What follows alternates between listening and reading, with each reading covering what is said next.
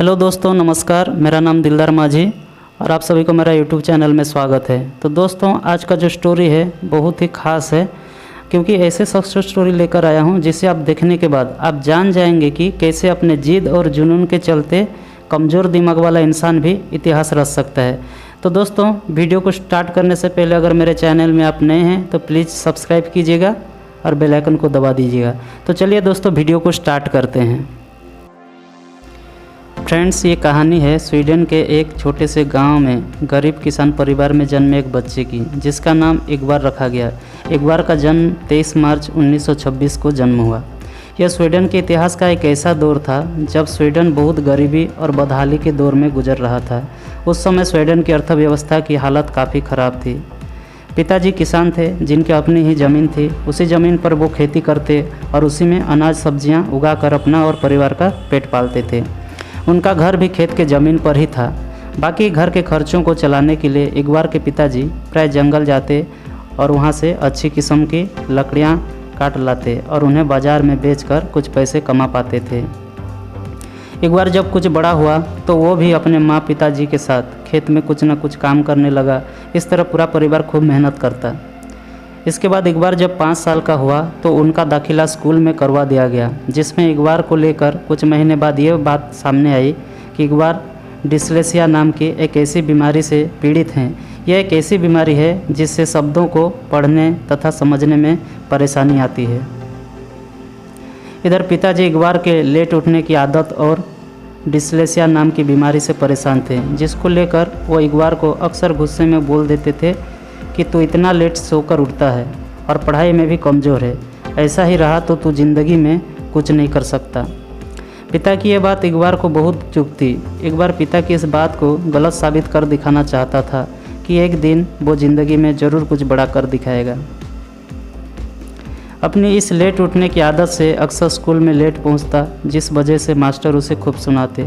Master और पिताजी की डांट से इकबार एक दिन ठान लिया कि अब खुद की आदत को सुधार कर रहूँगा और मुझे अपने साथ के बच्चों से ज़्यादा पढ़ना होगा ताकि मैं उन तक पहुँच सकूँ।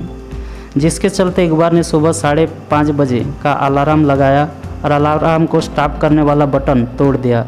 अब अलार्म बजने से रोज़ इकबार 5:30 बजे पर उठ जाता। एक दिन सेल ख़त्म हो गया।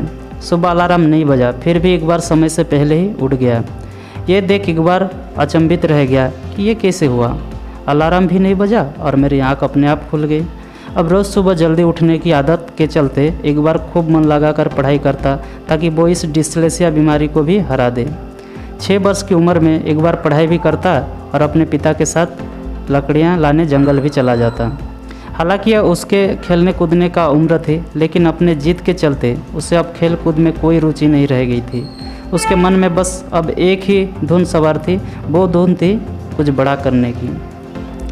अब जब भी इकबार अपने पिता के साथ जाता तो वहाँ से लौटते हुए रास्ते में लकड़ी के कुछ अच्छे सरकंडे चुन कर उठा लाता।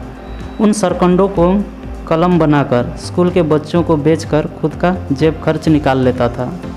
यही इकबार अपनी इस छोटी सी उम्र से ही पैसा कमाने के और भी बेहतर अवसर तलाशने लगा। जब वो 7 साल का हुआ तो अपने पिताजी द्वारा बनाई 3 पहियों वाली लकड़ी की साइकिल पर माचिस बेचने जाने लगा। इससे वो अपने स्कूल के खर्च निकाल लेता।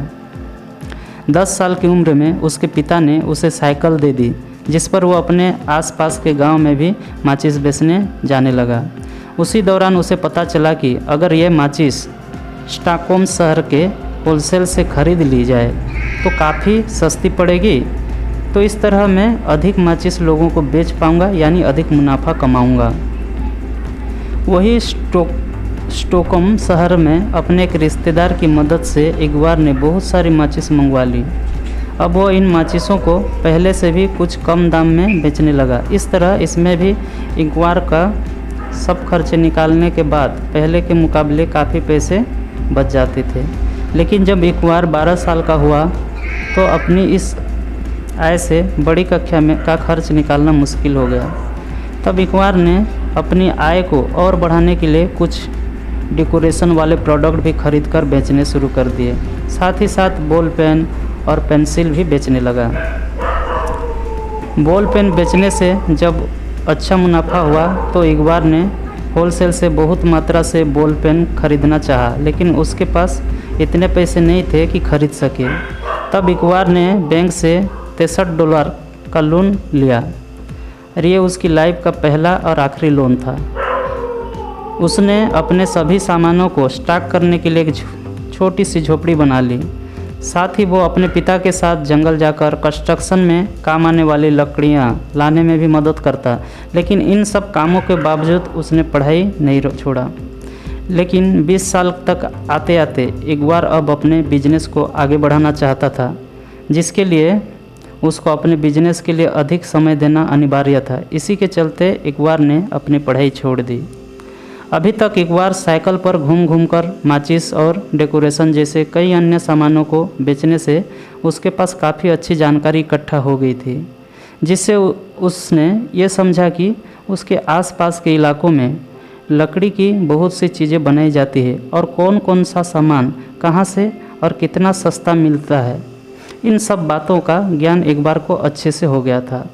अपने जमा किए गए पैसों से अधिक सामान खरीदने तथा उन सामान को स्टोर करने के जगह अब नहीं थी, जिसके चलते इकबार ने जमा किए पैसों से मेल ऑर्डर बिजनेस करने का फैसला किया, जिसमें सामान को स्टोर करने की ज़रूरत नहीं थी। इकबार ने अपने आसपास लकड़ी का सामान बेचने वाले कुछ लोगों से बात की, जिसमें उसने अच्छे से उनके रेट जैसी कई अन्य जानकारियाँ इकट्ठा कर ली। इसके बाद इकबार ने आसानी से मिलने वाले ऐसे ही सामानों के लिए कैटलॉग यानी पर्चा छपवा लिए, जिससे शुरुआत में picture frame, purse, ball pen जैसी कई छोटी छोटी चीज़ें शामिल की।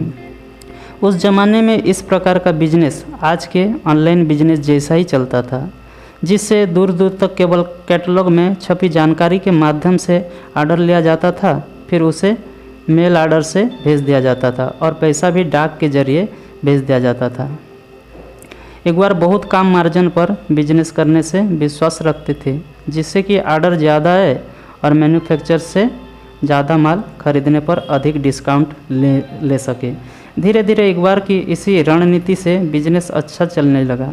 इसके बाद इकबार के कैटलॉग में फर्नीचर जैसे बड़े सामान शामिल होने लगे और बॉल पेन जैसे छोटे सामान लिस्ट से गायब होने लगे। पिताजी के साथ काम करते करते इकबार को लकड़ियाँ की अच्छी किस्म की पहचान थी, जिसके चलते वो अपने पिता की मदद से लकड़ियों को लोकल मैन्युफैक्चरिंग फैक्ट्री में देकर फर्नीचर तैयार करवाने का ऑर्डर देता, फिर उन फर्नीचर को कम मार्जिन पर बाज़ार में बेच देता। इकबार ने फर्नीचर की गुणवत्ता को देखते हुए बाज़ार में इकबार के फर्नीचर की डिमांड खूब बढ़ने लगी। माल अब बड़ी बड़ी गाड़ियों में जाने लगा। इसी के चलते अब कई लोकल फैक्ट्रियां सिर्फ इकबार के लिए काम करने लगी, इकबार के फर्नीचर बनाने लगी। इकबार के कॉम्पिटिटर्स को ये बात गवारा नहीं थी, क्योंकि उनका मानना था कि इकबार ये नीति हमारे रेट ख़राब कर रही है, जिसके चलते डिमांड कम हो गई है। इकबार के बढ़ते इस फर्नीचर्स की डिमांड को से बाकी के नमी गिरामी कंपनियों ने फर्नीचर्स की डिमांड बाज़ार में गिरने लगी, जिससे कंपनियों को बहुत नुकसान होने लगा। इसी के चलते the Swedish furniture of would industry ने इकबार की कंपनी का बायकॉट कर दिया, जिसके चलते सब ने इकबार के लिए माल बनाने तथा बेचने से मना कर दिए। लेकिन कहते हैं ना, किसी ईमानदार इंसान के लिए जब एक रास्ता बंद होता है तो भगवान उसके लिए कई और रास्ते खोल देता है। तो इकबार ने हार नहीं मानी। उसने एक पुलिस सप्लायर से माल लेना शुरू कर दिया, जो उसे पहले से भी कम दाम पर मिलता था, क्योंकि वहाँ कच्चा माल और लेबर दोनों ही बहुत सस्ती मिलती थी। इसके बाद उस बंदे ने दूसरे देशों से कई ऐसे सप्लायर ढूंढ लिए जहाँ वो बहुत सस्ते में माल बनवा सकता था।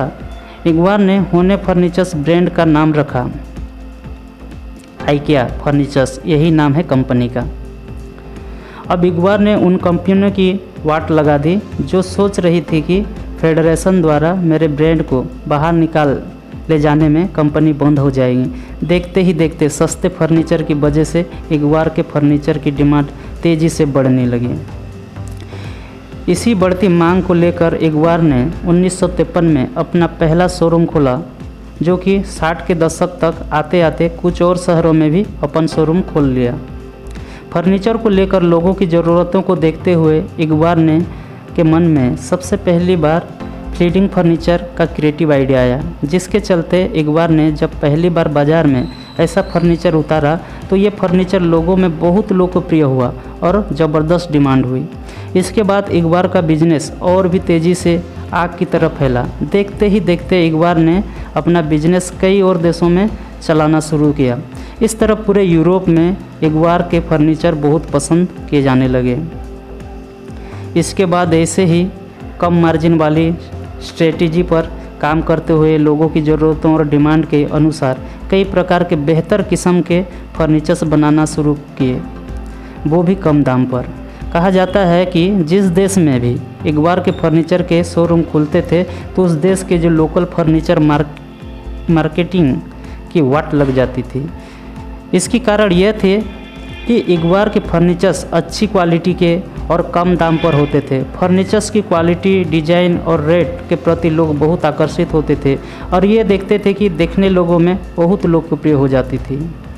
तो दोस्तों, ये वही इंसान था जो एक समय में डिस्लेक्सिया बीमारी का शिकार था, जिसे ताने मिलते थे कि तू जीवन में कुछ नहीं कर पाएगा, लेकिन आज वो इंसान की जिद के चलते उसके कई देशों में हज़ारों स्टोर, शोरूम है और लाखों लोग इनके अंडर काम करते हैं, एम्प्लॉयज़ हैं। तो इकबाल 91 साल की उम्र में स्वर्ग भी सिधार गए, लेकिन आज इनके बेटे और पोते इनके इस बिजनेस को अच्छे से आगे बढ़ा रहे हैं। इकबाल के फर्नीचर्स आइकिया के नाम से जाने जाते हैं।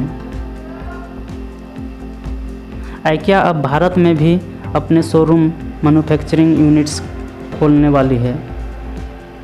2020 में ये हैदराबाद, मुंबई और गुरुग्राम जैसे बड़े शहर में अपने शोरूम खोल चुका है। अब तक ये कंपनी भारत में 800 करोड़ की इन्वेस्टमेंट कर चुकी है। अब तक आइकिया कंपनी 43 देशों के अंदर उसका स्टोर है, शोरूम वगैरह है। तो दोस्तों, इस लड़का जो कि मतलब इतना ज़्यादा गरीब था, तो इसके अंदर एक ही चीज़ था कि उसके अंदर जिद था, जुनून था कि मुझे कुछ करके दिखाना है। नहीं तो आज का डेट में लोग वगैरह को अपॉर्चुनिटी मिलने के बाद मतलब छोटा सा कमज़ोरी हो जाने के वजह से क्या करते हैं, अपना जो सोच को डाइवर्ट कर देते हैं, गिरा देते हैं और यही सोचते हैं कि मेरे ज़िंदगी में कुछ खास कर नहीं पाऊँगा। तो दोस्तों, अगर ज़िंदगी में जिस इंसान का टारगेट हो कि कोई चीज़ को हासिल करना है, कोई चीज़ को पूरा करना है या बड़ा करना है, तो उसके लिए कोई रास्ते का रोड़ा नहीं बन सकता है। बस इंसान का इरादा अगर पक्का होगा तो डेफिनेटली उसको रास्ता मिल जाएगा। जिस तरह ये इंसान ने, ये लड़का इकबाल ने हमेशा मेहनत किया।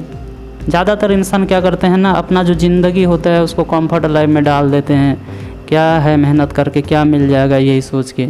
लेकिन जब तक इंसान मेहनत नहीं करता है, स्ट्रगल नहीं करता है, तब तक ज़िंदगी में ना तो नाम कमाता है ना बड़ा बनता है।